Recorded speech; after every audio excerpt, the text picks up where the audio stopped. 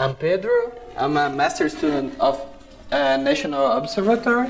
I'm funded by Faintest. So yeah, this is our group. My advisor Luan Guedes from Valongo Observatory, Benjamin Monte from the University of Chicago, and Simone Daflon from the National Observatory in Brazil. Well, let me introduce my presentation with this classic slide from an exoplanetary presentation that shows us a cumulative number of detection of exoplanets through the years, and the different colors refers to different methods of detection. So we have the most of them were detected by Trinity, and that's due to okay. So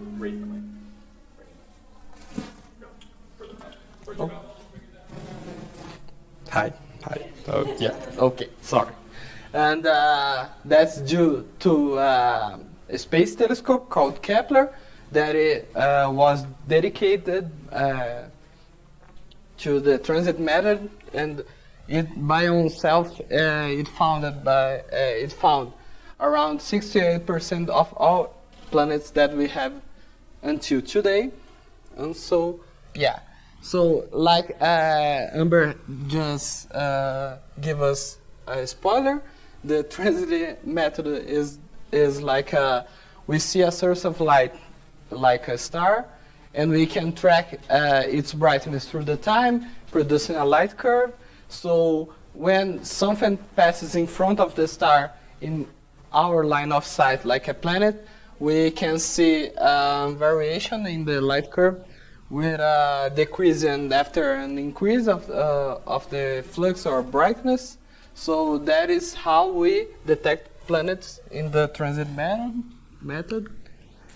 Well, the Kepler field of view has an area of 115.6 square degrees. Every 93 days, the telescope rolls 90 degrees, but it preserves the same field of view. And in this field of view, we have around 4.5 million stars. But the Kepler team only tracked and produced light curves for just a piece of it, because the technical limitations, the storage data, so they chose the brightest stars. Here Kp is the Kepler magnitude, and in astronomy we less than magnitude is brighter the source, so is fuzzy. Okay, and the other stars were only observed in images called Fullframe Image that contains all this more than 4 million stars, but they don't have light curves. So we have 8 FFIs that were taken during the commission time of the telescope. The other 45 FFIs were taken like a monthly with this time of exposure. Here I present you an example of one piece of one FFI that contains more than 30,000 stars. And this is a layout of one FFI. We have here 84 of these minor squares, and the last image was one example of this piece of one FFI. So we're doing hard math here, 84 times 53 FFIs. So we were dealing with this number of images. All of them contain more thousands and thousands of stars. So yeah, it's a big data here. Well, our goal is to focus and update the statistics of planets around Milky Way stars. That is important to understand better the planetary formation models, because we need more planets to be found to improve the knowledge that we have about the formation of the planets.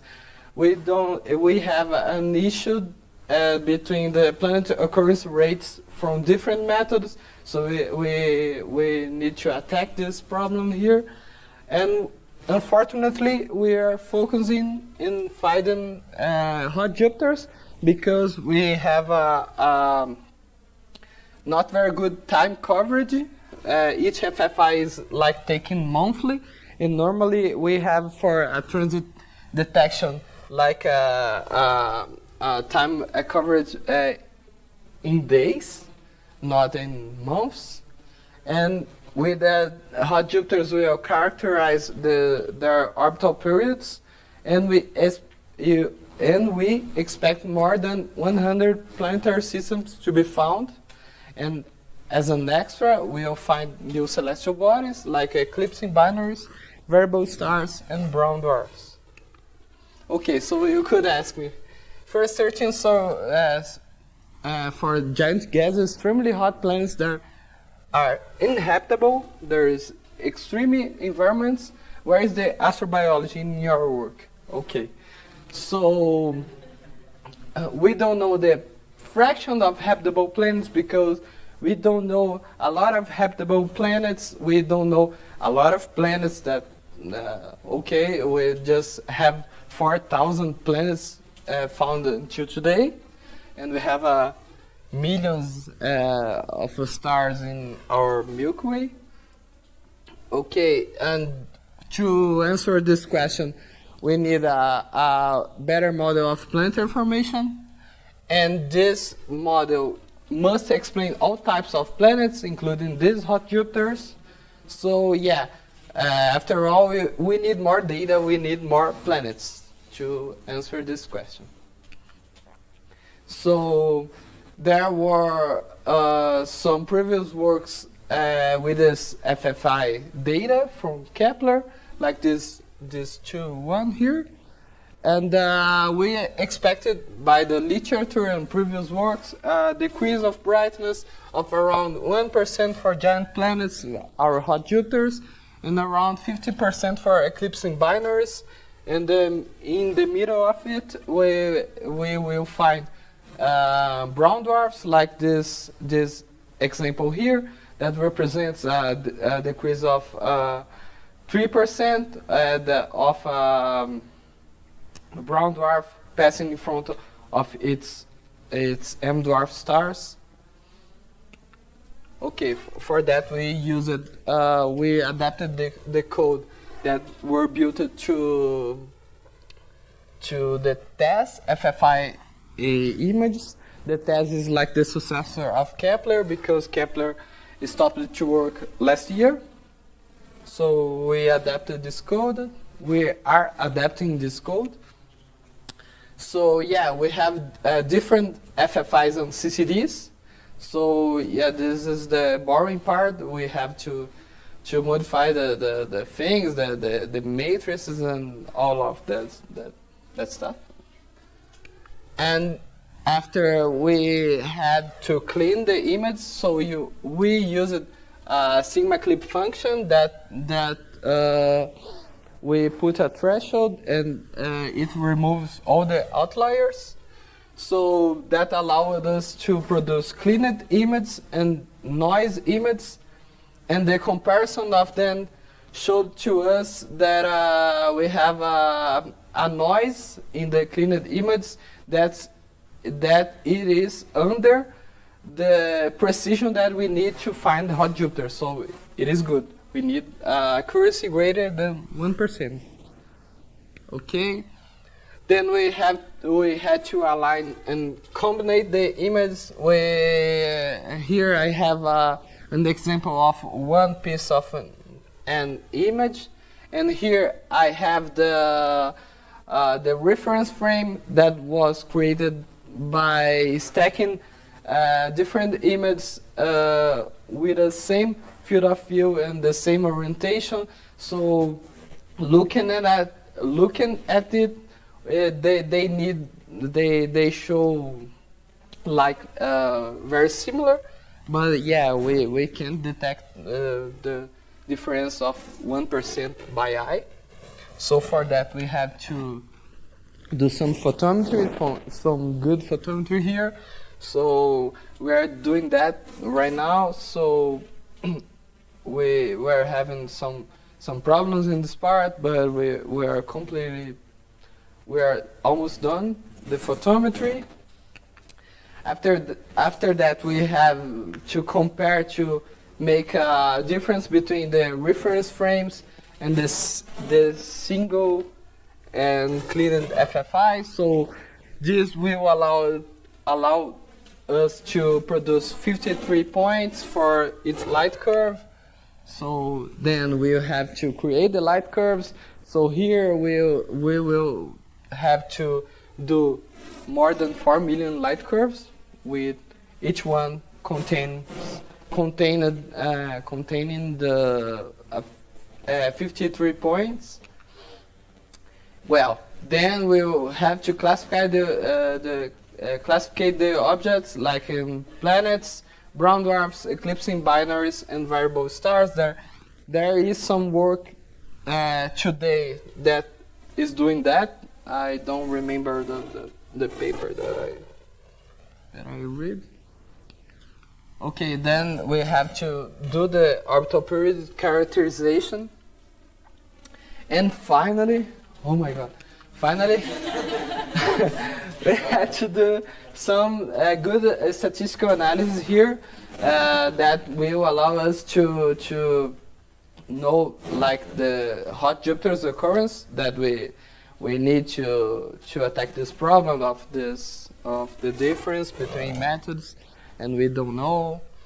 Okay, so yeah, just to recap, we have a 4.35 million light curves to be created and analyzed after we done with the photometry, and we expect this number of new hot Jupiters or more, just extrapolating the data that we have for the Kepler, and using some exoplanet catalog.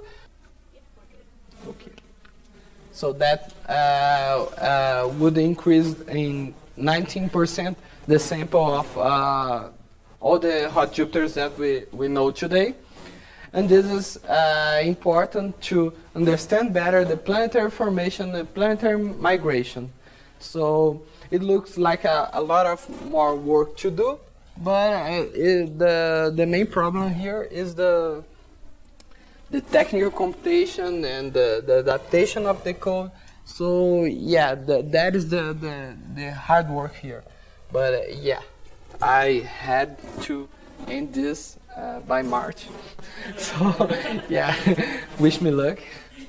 Okay, and that's all. Yeah.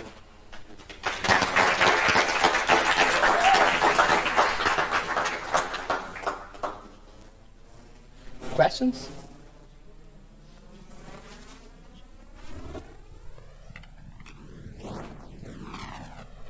Hi, thank you for your hard work. I know how big the project is. It's just lots of work. I have a question. Do you have any plan to do some more following observation on Keck stars? Yeah. There is a step that we need to do, but I don't think that I will finish this in my master. So yeah, the future is I don't know the future, so I don't know if I will be in this project in my PhD, but yeah, this is the next step after all that. So all the work that you're doing, is based on the transit method that Kepler did. You're not going to do any observation yourself or your group, I mean. Yeah. Perfect. Yeah.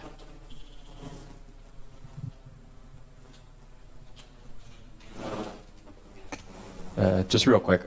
So you had a rough estimation of how many hot Jupiters you plan to potentially get with this? More than 100. Yeah, you said about more 100. Do you have any estimations for things like brown dwarfs or other planet types? Yeah, I didn't check it this. Okay, that's okay. Thank you. I also had a question, especially with the large number of data that you're going to go through. I'm just wondering, like, do you have plans, especially for like the characterizing between eclipsing binaries and such? Will you use something like machine learning algorithms to go through? Yeah, I think that is the next step. I'm trying to learn that. Okay. But we are in this photometry part, and then we will have to do some like machine learning to to process all of this data. Cool.